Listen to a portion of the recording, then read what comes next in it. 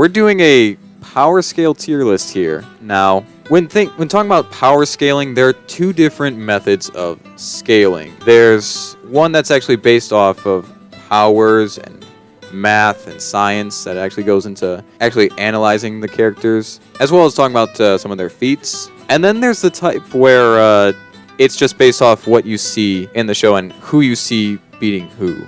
I prefer the former. I actually like researching to see what the character would be like at their full potential, rather than saying, oh, this character's just stronger than this one because they beat them in a fight. Because logically, anyone can beat any character in a fight. It all comes down to skill. It's not all just, hey, I saw this happen, that means that this character's stronger.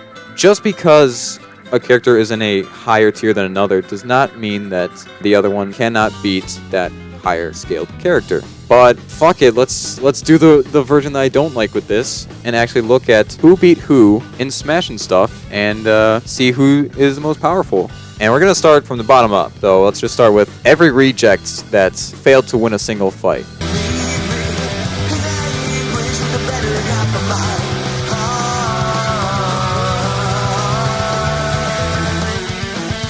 Now let's talk about some of the more interesting ones. Dark Pit has never won a fight. We've seen the Holy Pits and Pit himself do some strong stuff, and Dark Pit is just a clone of Pit, so technically he should be higher, but we've only seen him participate in one fight. That was a fight where he lost, so I gotta follow the tier list rules. Olimar has kind of participated. He was more so just running away, but he was easily beaten and almost killed off.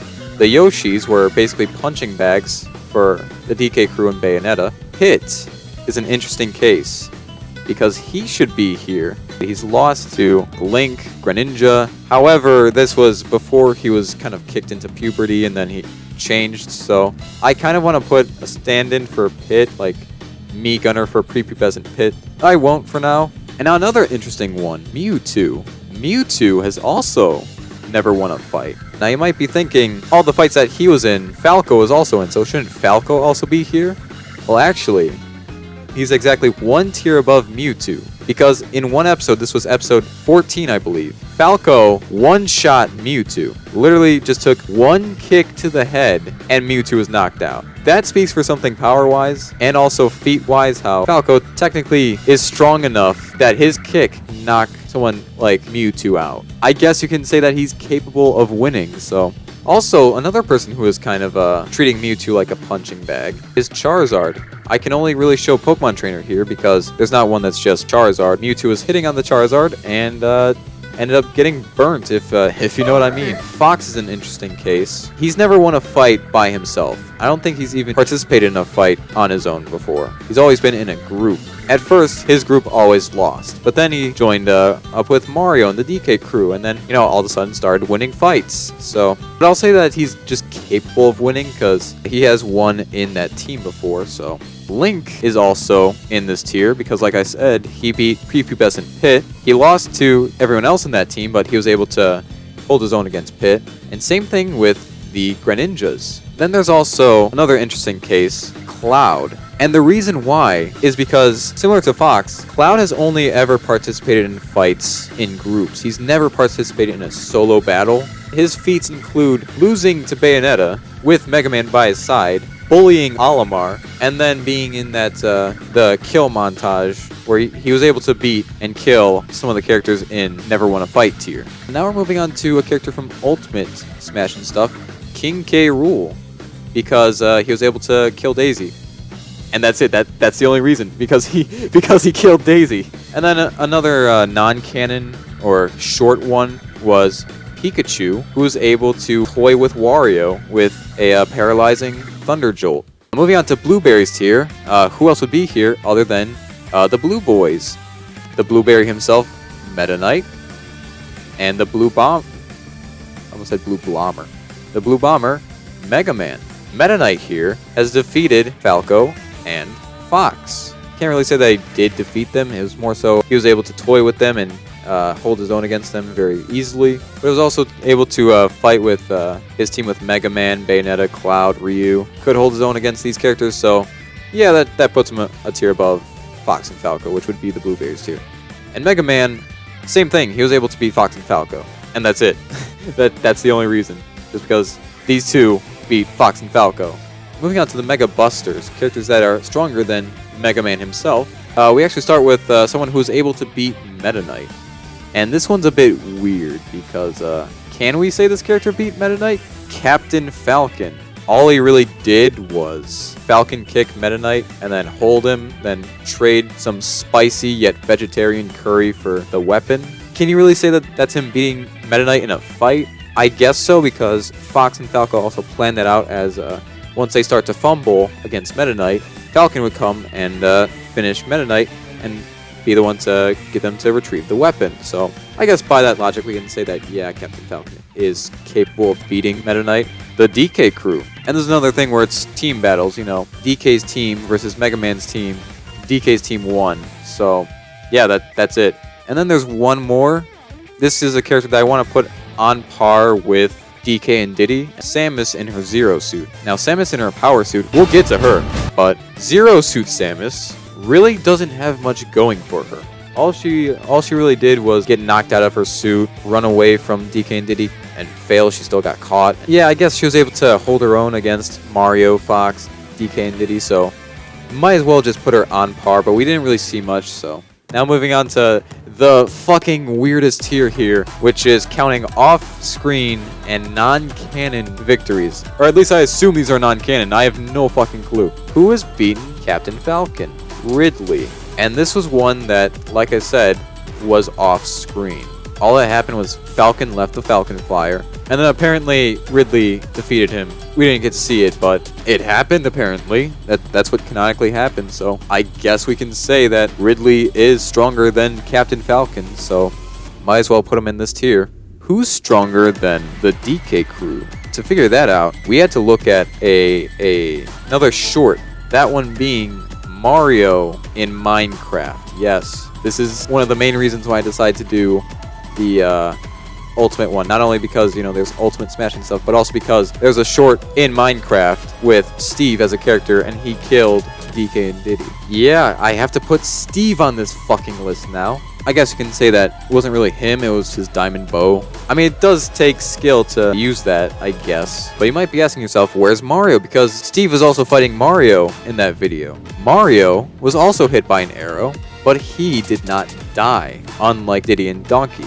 In fact, Mario was able to recover immediately and end up going toe-to-toe with Steve. We didn't get to see what happened after that. It's still to be continued, apparently. But the fact that Steve wasn't able to defeat Mario with his weapon that was able to defeat DK and Diddy, and we haven't seen the fight actually commence, I have to put these two at a bit of a stalemate so far. Now, you might be asking yourself, oh wait, what about Mega Man? He's gone up against Mario a lot, both 1v1 and in a group. Look at Mega Man and Mario's history of fighting. First, there was the one in Episode 1, where Mario was just being shot by Mega Man's pellets and then ended up headbutting him and throwing him halfway across the world or something. You can count that as a W for Mario. And then there was the fight in Episode 4. It looked like a stalemate, but it also looked like Mario was kind of leading that fight, and Mega Man was kind of going off of his last little bit of energy. Makes it seem like Mario was a bit stronger in that situation, though, again, fight wasn't completed, Mega Man still got up, can't really count that. But then there was the group fight, where, like I said, Mario's group beat Mega Man's group. Might as well count that as another W for Mario. But Mega Man was able to beat Mario in Ultimate Smash and stuff in one fight that they had, but this one, Mega Man also had the assistance of Rob, so I don't know, that's kind of cheating. Mega Man on his own probably wouldn't have the intelligence to defeat Mario in a one-on-one fight. Looking at the score up for that, that's 2 for Mario and 1 for Mega Man. And that's giving them both the benefit of the doubt, so that's why Mario is higher tier than Mega Man. Continuing, we have to find a character who is stronger than Ridley. Who is stronger than Ridley? The only other character who has fought Ridley. Samus killed Ridley, and also she was able to hold her own against Mario, DK, Diddy, and Fox, and almost killed them if it wasn't for Pit. But another thing that's pretty interesting to think about, Rob technically should also be in this tier. Why? Well, looking at who has defeated Ridley, Rob kind of did, because it was Rob who ended up restraining Ridley and all the other fighters. And I'll just spoil this right now. Ridley is the strongest character that Rob has restrained in the 75 meters, 8-bit world, whatever. Might as well count that as Rob being in this tier with Samus. We're finally getting to Pit. was able to hold his own against Samus. He was losing back when he was prepubescent. Then, Samus drop kicked him in the balls, and then all of a sudden he's got this confidence and strength. And he's able to break Samus's armor. But again, he only restrained Samus after that, and he was losing to her, so might as well count that as power tied. And there's another character who's tied with another character in this tier.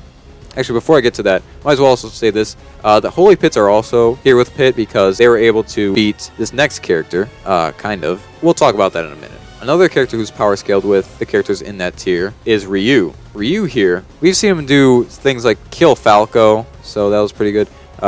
He killed some of these characters, and again, he was able to fight Mario and the DK crew and such. But he also fought Rob and kind of defeated Rob. Rob was unable to move after Ryu's combo, so you can count that as a W. However, Rob also had the advantage of being in the base, where he was able to control things like a cannon and a cage, which ended up getting Ryu captured again. So you can kind of say that that was a tied battle. Ryu was able to win, but thanks to that advantage that Rob had, Rob ended up being the ultimate victor of that battle. So yeah, that's very confusing, but keep that as their power tied. And also, the Holy Pits. They were able to help out the other fighters, Mario, Fox, DK, and Diddy, when they were losing to the other group. Kind of hard to talk about that because they were kind of an army swarming the other group, but they were able to beat most of them at least, with the strongest member that they were able to beat being Ryu. And again, that's one that is a bit iffy because he wasn't really beaten, he was only captured. And again, it was a whole army of pits. And even then, he was captured by either Fox or